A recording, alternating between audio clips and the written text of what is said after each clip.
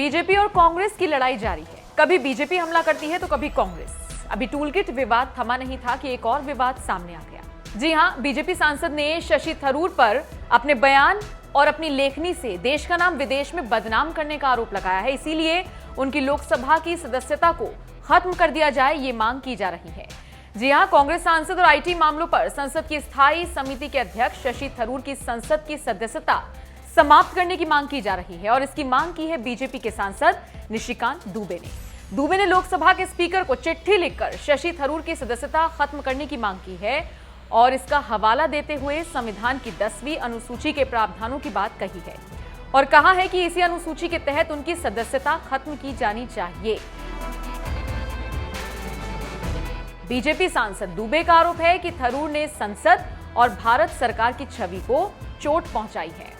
BJP सांसद दुबे की माने तो थरूर ने कोरोना के नए वेरिएंट को भारतीय वेरिएंट का नाम दिया, जबकि खुद विश्व स्वास्थ्य संगठन ने B1617 कहा है। दुबे ने आगे कहा कि यह समझ के परे है कि एक भारतीय सांसद ऐसे अवैज्ञानिक और भारतीयों के प्रति अपमानजनक शब्द का इस्तेमाल कैसे कर सकता है।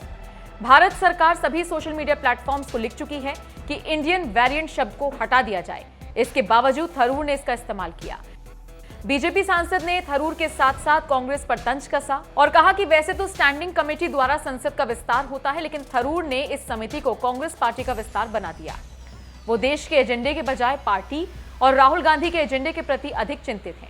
दुबे ने आगे कहा, आईटी मंत्रालय से सफाई मांग रही हैं, जबकि ट्विटर की कार्रवाई देश के खिलाफ है। ये मामला जांच एजेंसियों के पास है और आईटी समिति न तो सरकार की कार्रवाई को प्रभावित कर सकती है और न ही सरकार के रोजमर्रा के काम को प्रभावित कर सकती है। तो आप समझ सकते हैं टूलकिट कैसे काम कर रहा है और ये लड़ाई कहां पहुंच गई है।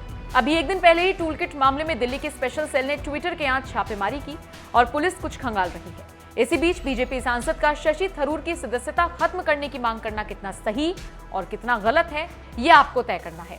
लेकिन बीजेपी और कांग्रेस के बीच राजनीति जारी है और काफी तेजी के साथ आगे बढ़ रही है।